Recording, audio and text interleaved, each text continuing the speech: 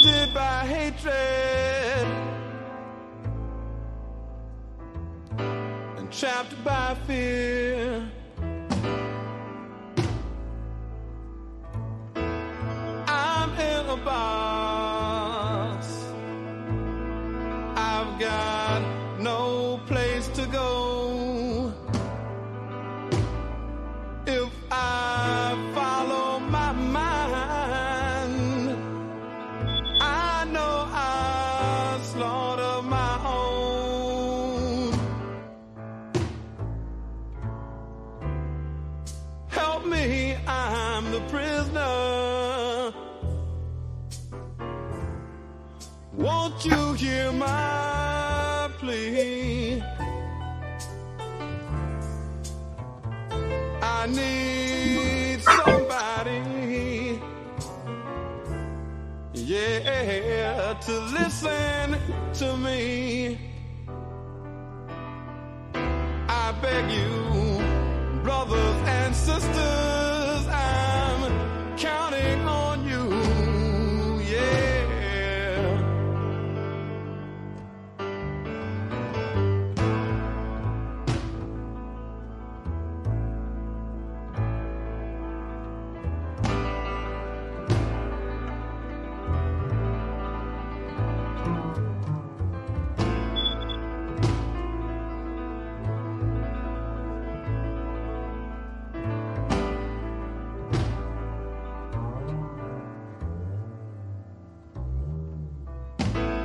Black babies in the womb, shackled and bound, chained by the caveman who keeps beauty down, smacked on the ass when they're squalling and wet. Heir to a spineless man who never forgets,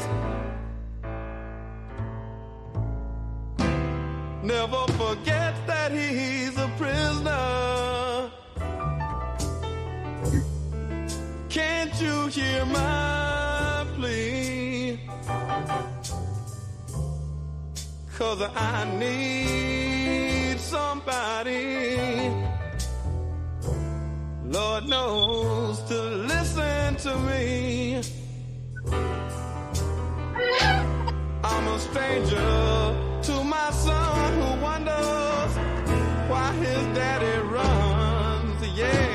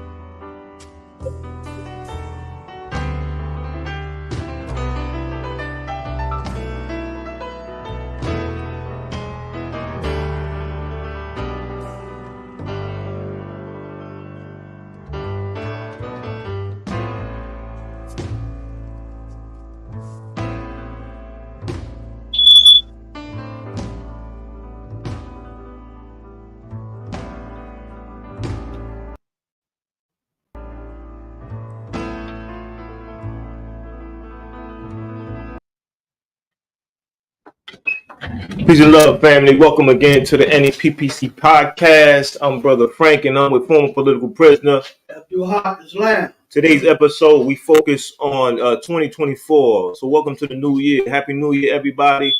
I hope everything went well for the past couple of days during the New Year celebration, as well as the Kwanzaa celebration, and for whatever else you happen to be in. Today's episode, we focus on how you deal with, or how we as a people who are understanding the conditions of a people and those who stand up and fight for us and their current condition, meaning U.S. held political prisoners or captured freedom fighters. We want to make an analysis of how we need to approach 2024, how we need to be more committed to this work of freeing our political prisoners, and the fact that we need to join organizations, and the fact that we need to not to give up. You know, these are recommendations that came from former political prisoner Jalil Abdul Muttaqin, as well as organizer Pan Africa. So we want to share these ideas with you, and want you to stand up and recommit yourself to freeing our political prisoners, or commit yourself if you're not down yet. Start off by writing to a political prisoner, attending a meeting, attending a forum, going to a demonstration. Do what you can at your pace, and understanding that your ideas and your talents are needed in this work to free our political prisoners. Abdul Haq. Peace and love, brothers and sisters. Black Power. Yes, like Brother Frank said, we have a unique perspective, a political perspective.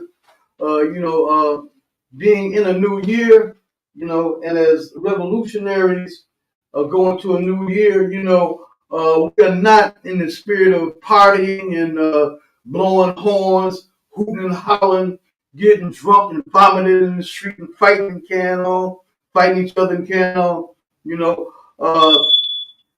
With the meaning that going into 2024 has for us is to increase the outrage of our political prisoners, not coming home, still being locked down, those of us who are in the political prisoner movement, we know that, we used to talk about political prisoners having been in jail 43, 45 years, 53 years, 40 years, but now you can add another year to that. When me and Abu Jamal was 43 years, now 44. Delbert Africa was 45 years, now 46. Wilson Maroon Schultz, now 54 years. Joseph Bowen, now 46 years. Veronda Bowers, now 41 years. Fred Muhammad Burton, 54 years. Chip Ferguson, 55 years. Russell Rochelle McGree, 61 years. Kojo Sabaka, 49 years. So, this increases our outrage, and to understand the value of our political prisoners, we have to understand the true history, of this United States that we are in. The history of the United States is, as Roger Warham said, worse than any horror show.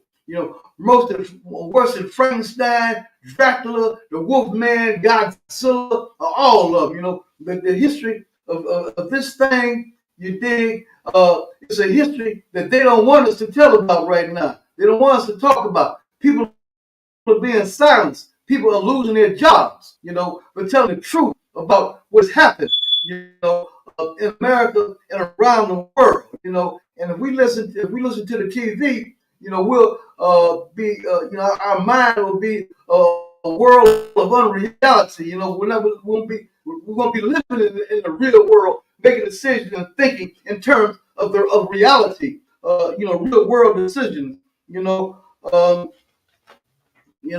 We'll be as Jalil said, and as Malcolm said, we'll be hating our friends and loving our enemies, hating those who stood up for us. Those who committed who engaged in the most valiant struggles, most selfless, most courageous, most effective struggles for our people, and in this fight, Jalil, former political prisoner, his advice for 2024 is to join an organization. You can sit at home by yourself steaming, you understand, but when you got a collective of people, you understand, coming together in an organized way, thinking scientifically, you're much more effective, more effective. Do not leave our political prisoners behind enemy lines. In the prison is a horrible place.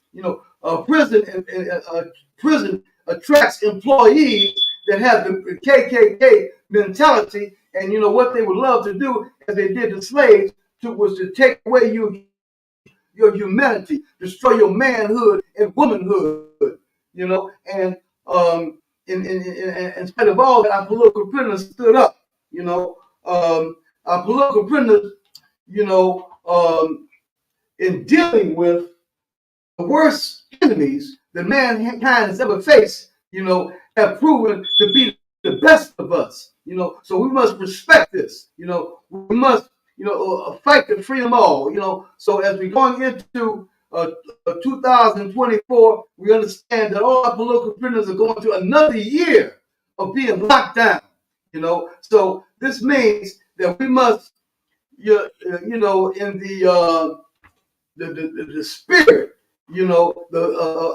of heightened mentality, heightening our humanity.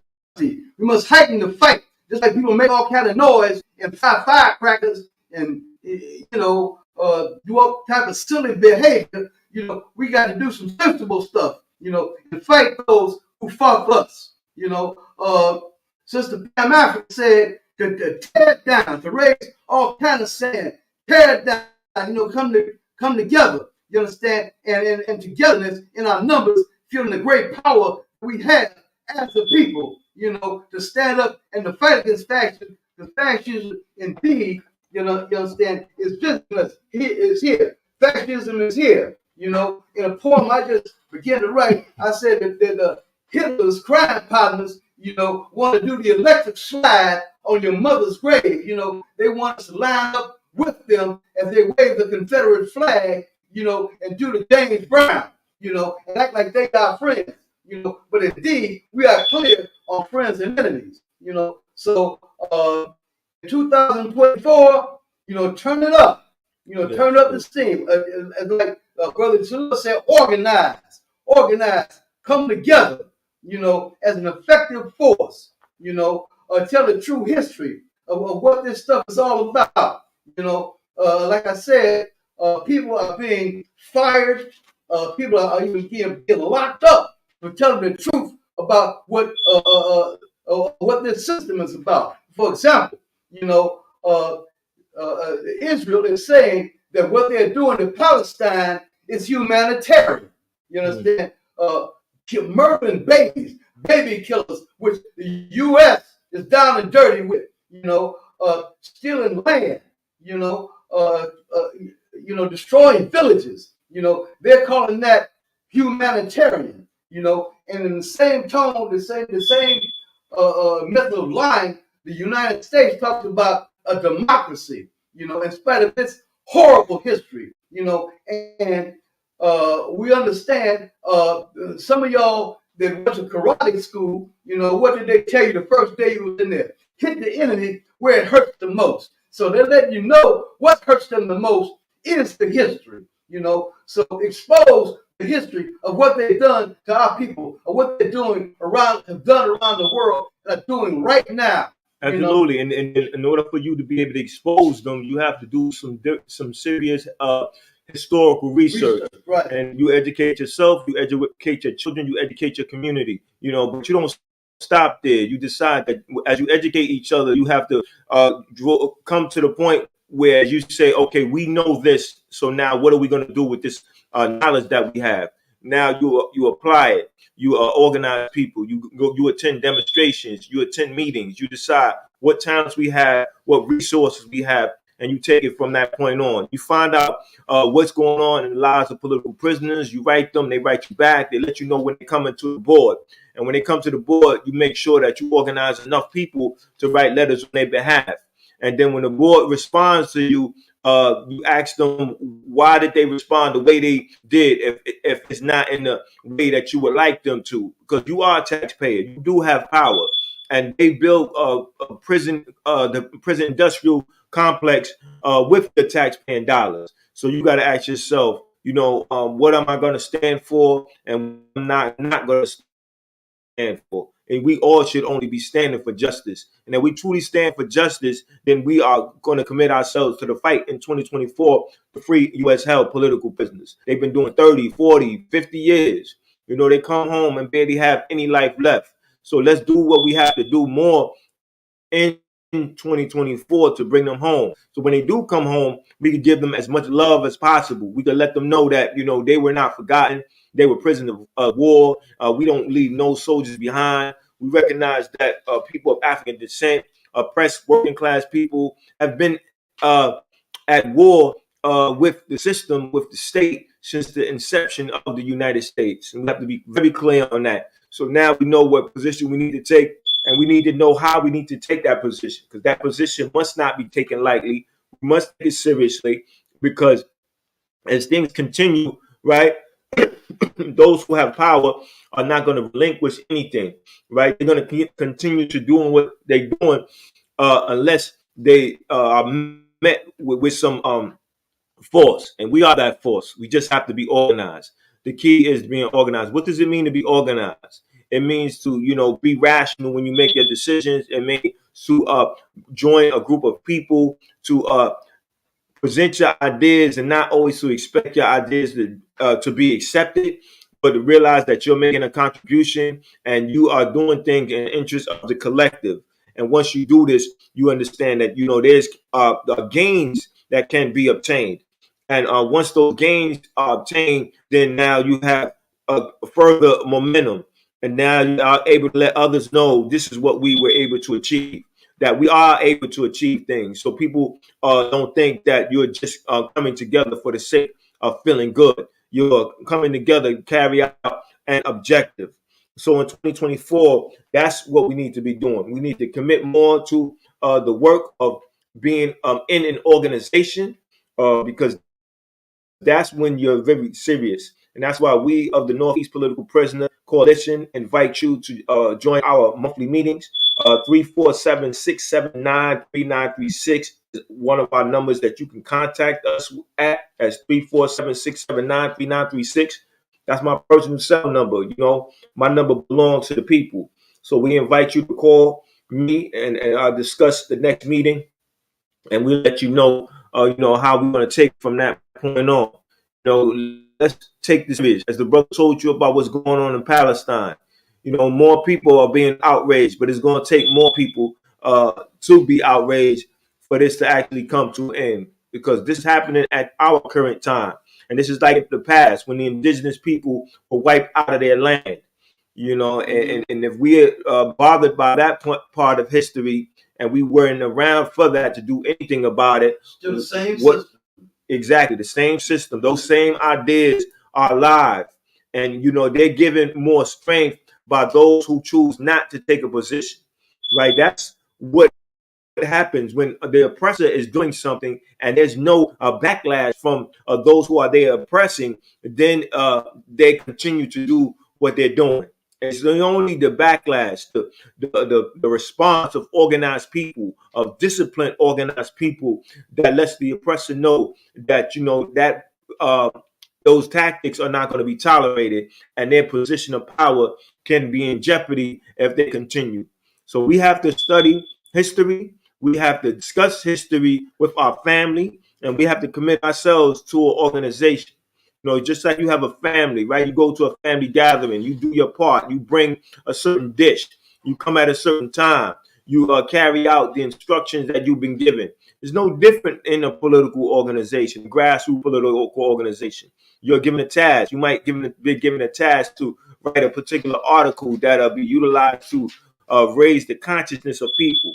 Then you do your task. You might be given a task to hand out some documents amongst people, then that's the task that you take up, and that's the task that you commit yourself to do, and you do it at your best, and you do it with the thinking that this is part of the process to carry out the objective. The objective is being the freedom of a U.S. held political prisoners. And those who come home, like my brother Abdul Haq Islam, my brother Jalil Abdul Mutakim, Sundiata Kohli, Sekou Odinga, and so many other, Herman Bell, so many others understand the power that people have when they get involved in the organized work to free U.S. held political prisoners. They understand that work has an impact. They understand when they go to the board, they're not going to the board alone. They're going to the board with a community, an organized force that is saying this person belongs to us. This person is one of ours. And this person needs to be home. And we are taxpayers. We are the people who are responsible for you being able to have your job. You know, you being able to build a facility to house this person. And with that being said, we demand that this person is being held. How long can a political prisoner be held? 20, 30, 40, 50 years. You know, enough is enough. And we have to demand their release. And we make that demand by being committed to an idea, by being continuous to our commitment to an idea, and never giving up. Like Pam Africa said, never giving up. You know, we have to fight to the very end. Our children are watching, and they want answers, right? We tell our children constantly to stand up for what's right. And now when they get punished or it's a backlash, you know, we have to let them know that, you know, that's the price of being right. Our political prisoners paid the price for being right. And we got to say that, you know, they are right on our behalf, right? We are part of the same group of people, the same nation, and they want to see the liberation of that nation. And they chose to commit themselves to being in an organization. They chose to commit themselves to certain ideas that require certain actions to take place. And we have to respect that. And that respect must be shown at the level of making a commitment to an organization. So in 2024, that's the objective. That's the goal. That's the number one agenda, is being part of an organization. So if you are not part of one and you want to know about one, we are here to provide that information. So I'll pass it on to Haq while I get that information to you again. For those who are watching elsewhere, we'll announce it to you shortly. Peace. You know, going back to what Brother Jalil said about 2024, he talked about cops training right now, Cop City. You know, it's fascists out in the woods. Right now, they got targets with bullseyes, look just like you and you and you and you. You understand? So, you know, we got to act in terms of the real world, act in ways that make sense. Brother Jalil said, join an organization. You understand? Like Jericho, RAPP, the NAPPC. You know, and we got Spirit of Mandela Coalition, right, and ABC Federation. Right.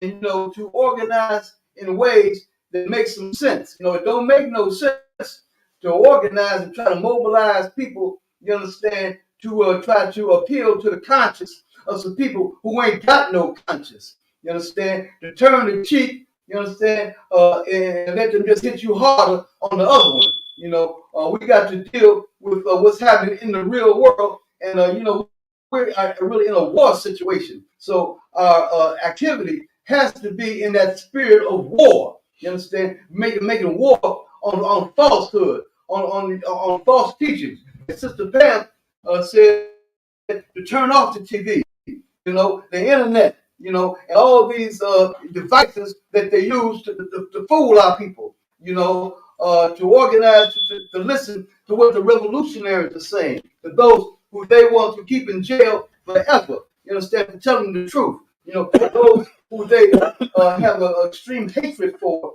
you understand, for being effective in communicating, in talking, in writing, you understand, like Mumia Abu Jamal, you know, they hate that brother because of his ability to do what they say we have a right to do, freedom of speech, you know. So, you know, we got, you know, we are really in a sense of war, And if we listen to the media, the media will define genocide as being something, being French, as friendship. America talks about it's a democracy, but America is a baby killer. It's sending arms and money, you understand, to people who are murdering children, who murdered 21,000 people. You understand? Genocide. They define genocide as friendship. So we got to deal with the real world in a real way. And do not be misled by those who will, take us down a path to jump off, to jump off a cliff, acting against our own interests. So we got to put the fight in the people. It is righteous to stand up and fight for a good cause. To have some heart. To have some backbone. To be strong. Fascism, depends on what they call a strong man.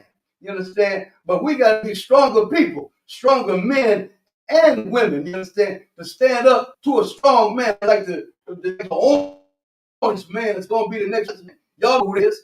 Donald Duck going to be the next president. And he is committed to being more and more fascist. So we have to commit ourselves to multiply, the strength of our commitment. Sister Pam say, never give up. To look to the examples of those strong people among us, like Brother Charles Barron, Sister Inez Barron. When they get in positions of power, they use their power for the people. December 12th movement, NEPPC. To organize and to understand. You understand the enemy, the true nature of the enemy. You understand, and the enemy trembles. You understand. We have millions and millions of people, and they cannot silence them all. Right now it's a campaign to silence some people who who do what they who do what the enemy hates the most, which is tell the truth about history. But they cannot silence millions of people around the world. We can completely overwhelm the liars, you understand, by speaking, you understand, that truth, you understand, the lights of fire in the people, a real firecracker in the people, you understand, to make things go off in the people's minds, you understand, in terms of fighting for their dignity, for their self-respect, for their freedom, the fight for justice. The fight for justice is very, very powerful, and America likes to put forth the image that they are about justice, that they believe in justice, but the true history is something entirely different, so we must, organize, like Brother Shalom said, organize, to put the reality out here, you understand, to put the fight in our people, our young brothers and sisters, the youth, they love to fight. So explain to them the true political reality we live in, and to direct that energy, into fighting for something that's real, for something that's just, which is not against the people, which is the act of loving the people, you understand, and we're building the strength of the people, the resolve, the commitment, the never die spirit, of the people, which is expressed by our local prisoners, the best of our people, you understand, who are in prison now, which is the worst situation one can be in, a situation where they try to destroy your manhood, try to destroy your dignity, destroy your sense of self. This is what the employees in prison do, but in spite of that, our political prisoners, have made a decision to stand on principle, to retain that humanity, to retain that fighting spirit, not to bow down, not to lick the ground, you understand, and praise the enemy, not to be a boy or gal, you understand, to be a man or a woman, you understand, to stand up for what is right, with a power that grows and grows and grows, you understand, when the people expand the movement, build a movement free our political prisoners, to free them all. Black power. Absolutely, well said, and directly to the point. And I think that that's what we need to do. We need to value our time, ask ourselves the time that we invested in a particular idea. Is it something that's beneficial to the collective, or is that strictly about me and myself and I? And once we start to make that distinction, then we start to utilize our time a whole lot more better, a whole lot more collectively beneficial, because that's the way we need to see things. What's in the interest of the collective? That's the way the political prisoner, the captured freedom fighter, has thought and has continued to think, and because that's the way that a people that is grounded in their consciousness of the collective has to maneuver. So we have to take that very seriously. This is a new year. We're going to be dealing with mental health. We're going to be dealing with poverty. We're going to be dealing with food deserts in our community. We're going to be dealing with violence in our community. And we got to ask ourselves, what's our position? And then we have to look at the example of our captured freedom fighters and look at their position and say that, we unite with them. And we unite with them to the point where we're going to communicate with them.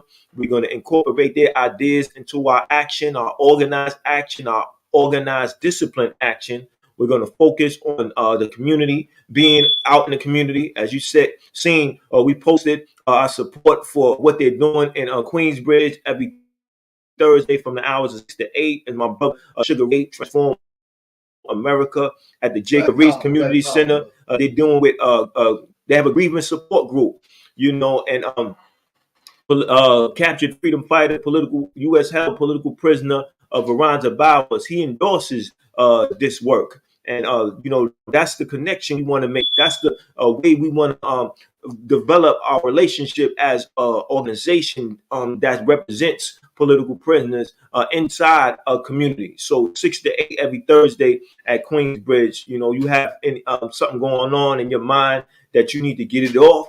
That's the place to be. It's a very powerful group. Get a good vegan dish and discuss your ideas. Just giving you an example of work that we do outside of this platform. We're engaged in the community. We're amongst the community. We're doing what we need to do. Me and Abu Haq Islam is part of the Stop the Killing campaign. So you can see us in the streets of Bedford-Stuyvesant dealing with this serious crisis. So, we just want to bring it to you on a broader level when we talk about this work, because it's just not us doing a podcast episode. It's us going in the streets, talking to the people, providing comfort, providing resources, and raising the consciousness of the masses, those who are at the heart of making some serious change. So we're going to end this episode, as we always do, with the ideas that our political prisoners must be dear to our heart. We must keep them there, say their names whenever possible, and write them, which means me too, and don't let them die in prison. So what's the call? Free them all. What's the call? Free them all. What's the call? Free them all. What's the call? Free them all. What's the call? Free them all.